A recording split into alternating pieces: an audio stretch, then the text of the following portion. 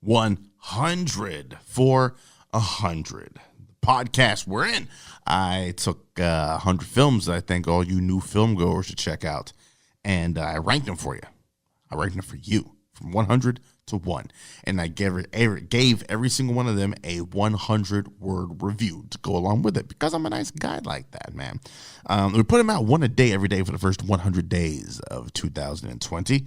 And we have come to today, which is our number 64 spot. Now, remember yesterday, the 65 spot was Superman 2, 1980, directed by Rich Lester.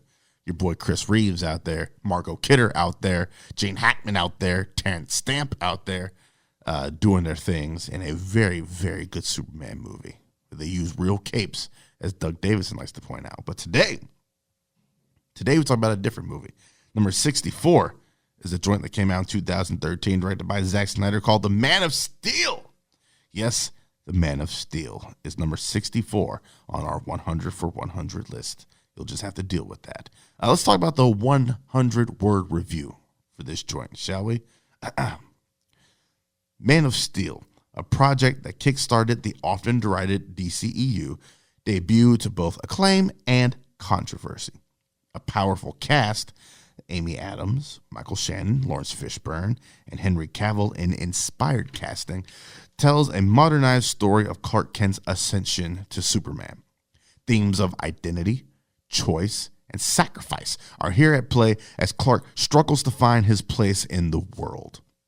Michael Shannon as Zod is almost sympathetic as a man with his singular purpose stripped away. A beautifully directed film with a stellar soundtrack from Hans Zimmer make a satisfying return to form for the Man of Steel himself. A lot of people got issues with this film, and I'm not sure why. I am honestly, well, let me backpedal. I understand people's issues. People's issues is the amount of destruction that happens in this movie. The fact that Metropolis gets fucked up, Smallville gets fucked up.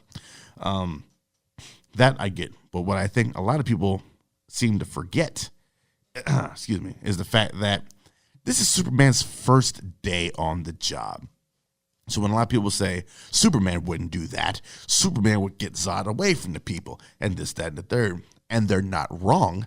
Yes, a Superman who's been in the game, the Superman when they think in their heads, the Superman that's been doing this for a while, that's exactly what he would do. But you got to give this kid a break. It's his first day on the job, people. So yeah, there's going to be some mistakes. I mean, he's superhuman. He's not a god, per se. He's not perfect. He's fallible. He's a fallible man. So that really bugs me, is the fact that people don't realize that, hey, this is his first day on the job. He give him a bit of a learning curve. And Zod is no slouch. I think Zod would have picked up on that fact in the first place, and he would have went right back to a next populated city just to keep Superman off his game. But that's speculation. That's neither here nor there. Look, all the shout-outs in the world to Amir Mukri. Now, you've never heard the name before, probably. Listen to this joint. He is the cinematographer for Man of Steel. Man of Steel is one of the most beautiful movies that I've ever seen. It is absolutely gorgeous to look at. I've watched Man of Steel on mute before, and it is still a wonderful movie to watch. Just the way that Zack Snyder uses the sun coming over peaks, or just shining in the background, the way he frames Cavill as Superman and Cavill's big lantern-ass jaw that he's got, because he's got the Superman physique, right? He looks like a walking, living comic book character. Henry Cavill does.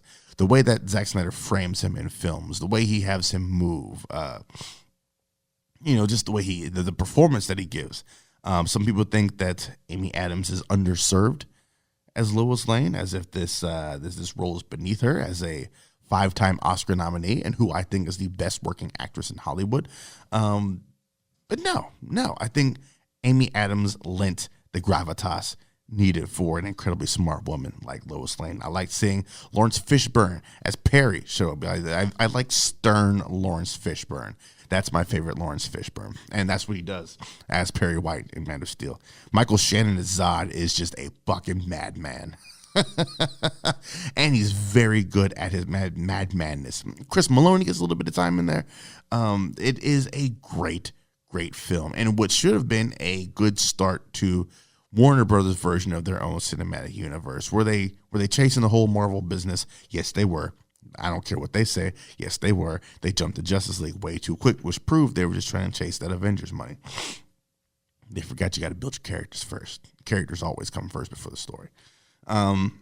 This was a good start, but just so many people complaining about that, back half of second act all the way through third act, and then snapping of Zod's neck. But I mean, Supes was kind of in a rough spot there. He kind of had to make a snap decision, pun intended. Go ahead and check out Man of Steel, man. Give it another shot if you haven't in a while. I'll probably check it out again. I've already seen it like 3 times in the last couple of weeks.